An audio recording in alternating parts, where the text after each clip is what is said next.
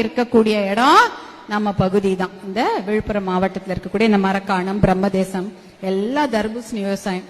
அப்புறம் என்ன சொல்லிடுவாங்க, தர்பூசணி ரொம்ப சிவப்பா இருக்கு, இது தப்பா கொடுத்துட்டாங்க அப்படின்னு. ஆனா தர்பூசணியை பத்தி ஒரு விஷயத்தை எல்லாரும் தெரிஞ்சுக்கணும். தர்பூசணி செடியில வரும்பொழுது இளம் சிவப்பு ரோஸ் கலர்ல தான் இருக்கும். அதை அறுவடை செய்து 5 நாள் ஆகும், 3 நாள் ஆகுது. மார்க்கெட்டுக்கு போய் சேரும் போது அது என்ன கலர்ல, ரோஸ் கலர்ல இருக்குமா, டார்க் ஆயிடும். சிவப்பு கலர், அடர் சிவப்பு, நல்ல சிவப்பு கலர்ல ஆயிடும். அதுதான் தர்பூசணியோட தன்மை. அதுல யாரும் ஒரு விவசாயம் போய் ஊசி போட்டு அந்த தர்பூசணியை சிவப்பாக்க வேண்டிய அவசியமே இல்லை. போன வருடம் அந்த மாதிரி ஒரு தவறான தகவல் லட்சக்கணக்கில் நஷ்டப்பட்டு போனாங்க. இன்னுமே அதுக்கு விடிவு காலம் பிறக்கல. ஆனா இந்த வருஷம் அந்த மாதிரி இருக்கக்கூடாது.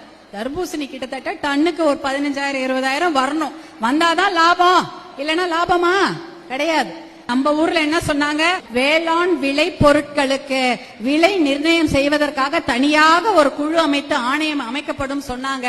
ஆனா அப்படி செய்யவே இல்லை. எந்த ஆணையம் அமைக்கல, விலையும் நிர்ணயம் பண்ணல. அதனாலதான் தர்பூசணி விலை அதிகமா போகிறதுக்கு பதில் கம்மியா போயிட்டு இருக்கு. தெரியும் இல்லையா அந்த கதையெல்லாம். வேர்க்கலைக்கு நம்ம ஊர்ல என்ன சொல்லுவோம், மல்லாட்டை. நீங்க வெளியூர்ல போய் சொல்லி பாருங்களேன், யாருக்குமே தெரியாது. மணிலா கொட்டை, மல்லாட்டைனா அந்த ஊர்ல என்னான்னு கேட்பாங்க. நானே அப்படிதான் கேட்டேன். கல்யாணம் ஆகி 1991 1991 இங்க வரும்பொழுது மல்லாட்டைன்னாங்க. என்ன மல்லாட்டைன்னா ஏதோ ஒரு என்ன பயிர் போல இருக்குது இல்ல அப்படின்னு நினைச்சிருக்கேன். கடைசியில பார்த்தா அது வேர்க்கல்ல. அப்புறம் தான் எனக்கு தெரிஞ்சுது அது மணிலா கொட்டையே மல்லாட்டைன்னு சொல்லுவாங்க. அப்படிப்பட்ட வளமிக்க இந்த மாவட்டம் தான் நம்மளுடைய விழுப்புரம் மாவட்டம். அத இன்னும் நல்லா நான் சொன்ன மாதிரி நீர்வளம், நிலவளம், மழை வளத்தெல்லாம் அதிகமாக கொண்டு வர வேண்டும். அதுதான் ரொம்ப முக்கியம். இந்த மாவட்டத்துல உப்பளங்களும் இருக்கு. அதை நம்பி ஒரு 2000 தொழிலாளர்கள் இருக்காங்க.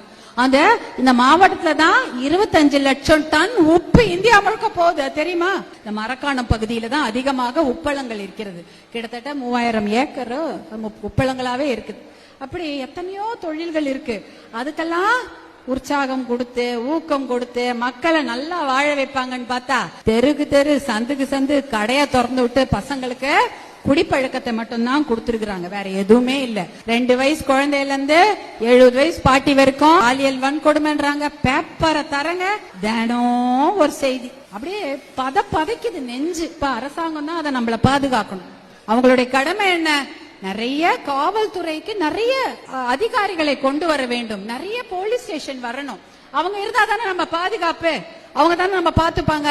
அப்ப மகளிர் காவல்துறை அதிகாரிகள் போட்டதா பெண்களுக்கு ஒரு பாதுகாப்பு. அதே போல இந்த கேஸ விசாரிக்கிறதுக்கு மகளிர் கோர்ட் வேணுமா?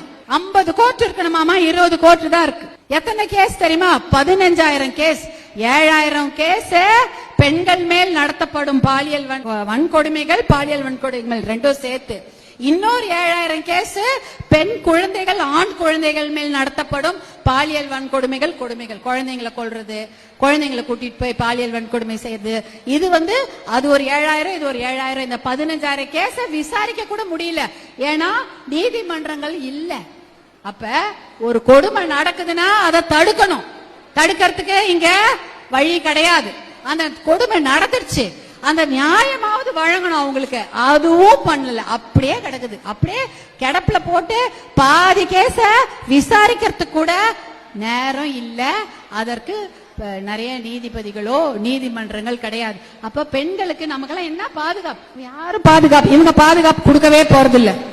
நம்ம தான் நம்ம குழந்தைங்களை பாத்துக்கணும். அதானம்மா, என்ன பாத்துப்பீங்க? குழந்தைங்க ஏதாவது சொன்னா காது கொடுத்து கேளுங்க. எல்லாரும் இங்க பாக்குறேன், நிறைய தாய்மார்கள் வந்திருக்கீங்க, கையில குழந்தையோட வந்திருக்கீங்க. உங்க குழந்தை ஏதாவது உங்ககிட்ட சொன்னா காது கொடுத்து கேளுங்க. பள்ளிக்கூடம் போக மாட்டேன், அந்த பக்கத்து வீட்டுக்கு போக மாட்டேன், எதிர் வீட்டுக்கு போக மாட்டேன், ஏதாவது சொன்னா என்னன்னு கேளுங்க. ஏன் தெரியுமா? நிறைய பேர் தெரிஞ்சவங்க தான் அந்த குழந்தைங்களுக்கு நிறைய தப்பு செய்யறாங்க. எல்லா பிரச்சனையும் தெரிஞ்சவங்க மூலமா தான் வருது. தெரியாதவங்க கூட குழந்தைங்களை யாரும் கை வைக்கிறது இல்ல. தெரிஞ்சவங்க எல்லாம் நிறைய குழந்தைங்களை கூட்டிட்டு போய் தப்பு பண்றாங்க. அதனால உங்கள் குழந்தைங்க ஏதாவது சொன்னா காது கொடுத்து கேளுங்க. அப்புறமா தான் முடிவு பண்ணுங்க.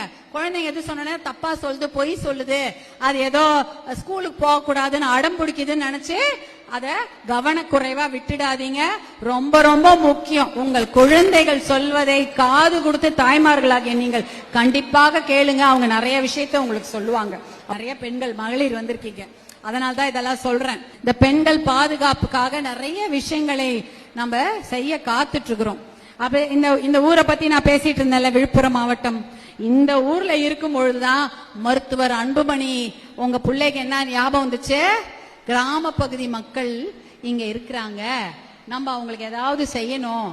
ஏன்னா இந்த பகுதியில் இருக்கக்கூடிய நல்லாலத்துல இருந்து யாரோ வந்திருக்கீங்களா? நல்லாலத்துல தான் 1993 95 மருத்துவர் அன்புமணி கிளினிக் வச்சிருந்தார்.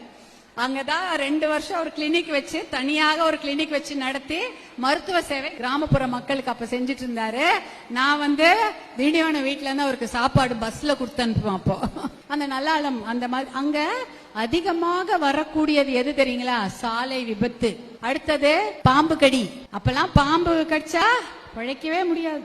பாம்பு கடி, நாய்க்கடி, எல்லாம் அடிப்பட்டு அவ்வளவு பேரு கிராமத்துல இருந்து அத்தனை பேர் கிளினிக்கு வருவாங்க. அவங்களுக்கெல்லாம் ஒரு அவசர சிகிச்சை பண்ணி பெரிய ஆஸ்பத்திரிக்கு தான் அனுப்ப முடியும். ஏன்னா பாம்பு கடிக்கு மருந்து என்பது ஆஸ்பத்திரியில தான் கிடைக்கும். அதேதான் அவர் மனசுல வைத்து கொண்டு அவர் 2004 2009 டெல்லியில மருத்துவர் அன்புமணி அவர்கள் சுகாதாரத்துறை அமைச்சராக இருக்கும் பொழுது கிராமப்புற மக்களுக்காகவே கொண்டு வந்த திட்டம் தான் கிராமப்புற சுகாதார திட்டம், நேஷனல் ரூரல் ஹெல்த் மிஷன். அதனால்தான் 108 ஆம்புலன்ஸ் இந்த ஊர்ல இருந்தா அந்த திட்டம் உதிச்சிருக்குது. கிராமப்புற மக்களுக்கு ஏதாவது செய்யணும்னு நினைச்சு யோசனை பண்ணி டெல்லிக்கு போகும்பொழுது அந்த மாதிரி ஒரு திட்டத்தை கொண்டு வந்து கிராமப்புறத்தில் இருக்கும் மக்கள் அடிபட்டா என்ன செய்வாங்க, பிரசவ வலி வந்தா என்ன செய்வீங்க? அந்த காலத்துல எல்லாம் என்ன பண்ண முடியும்? கஷ்டம். நடுராத்திரி பிரசவ வலி வருது, எப்படி போவீங்க? எல்லா நேரம் பஸ் வருமா? சைக்கிள் டிராக்டர்ல தானே ஆஸ்பத்திரி போனோம். இப்ப யாருமே இல்லைன்னா என்ன போன் பண்றீங்க?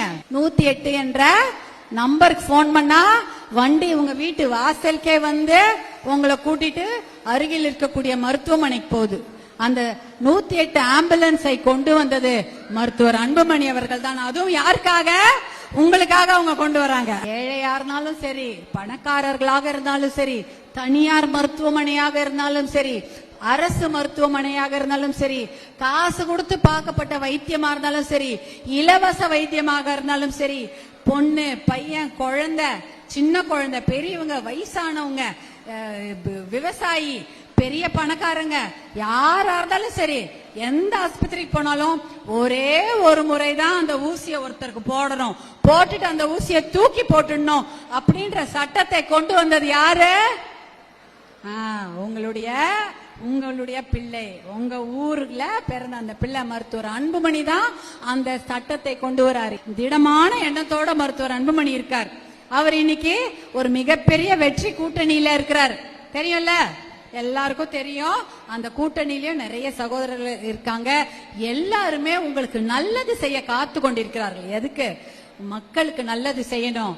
நல்ல நல்ல திட்டங்களை வைத்துக் கொண்டு இந்த கூட்டணியில எல்லா சகோதரர்களும் தயாராக இருக்கிறாங்க. மருத்துவர் அன்புமணி உங்களோட தான் இருக்கிறாரு, உங்களுக்கு நல்லது செய்யறதுக்கு காத்து கொண்டிருக்கிறார். அவரு 5 வருஷம் தான் அமைச்சரா இருந்தார். ஆனா இன்னி வரைக்கும் அவர் கொண்டு வந்த திட்டங்கள் பயன்பட்டு இருக்கு இல்லையா? அவ கேட்கறதுலாம் ஒண்ணுதான், நீங்க சகோதரிகளாகிய நீங்கள் அனைவரும் மருத்துவர் அன்புமணி பின்னாலும் அவருடைய கூட்டணியில இருக்கக்கூடிய அத்தனை சகோதரர்கள் பின்னாலும் நீங்கள் இருக்க வேண்டும். இருந்தீங்கன்னா இன்னும் நிறைய நல்லது செய்யணும். நல்லது செய்யறதுக்கு காத்து கொண்டிருக்கிறோம். நகை கடலாம் தள்ளுபடி ஆச்சா? எல்லாரும் நகையெல்லாம் கொண்டு போய் அடகு வச்சீங்களா? 5 வருஷம் முன்னாடியே மூட்டு கொடுத்துட்றேன் கொடுத்துட்டாங்களா? இல்ல, கொடுக்கவே இல்லை. அதான் பொய் வாக்குறுதி. இப்ப என்ன புதுசா வேற வாக்குறுதி கொடுப்பாங்க, அதையெல்லாம் நம்பி ஏமாந்து விடாதீங்க. மறுபடி அவர்களுக்கு வாக்களித்தீர்கள் என்றால் அவங்க என்ன பண்ணுவாங்க, நம் பிள்ளைகளுக்கு இன்னும் அதிகமாக மதுவையும் போதை பழக்கத்தையும் கொடுத்து நம்ம தமிழ்நாட்டுடைய தலையெழுத்தையே மாத்திடுவாங்க. உங்க பிள்ளைகளோட தலையெழுத்து நன்றாக இருக்க வேண்டும் என்றால் அது உங்க கையில தான் இருக்கு.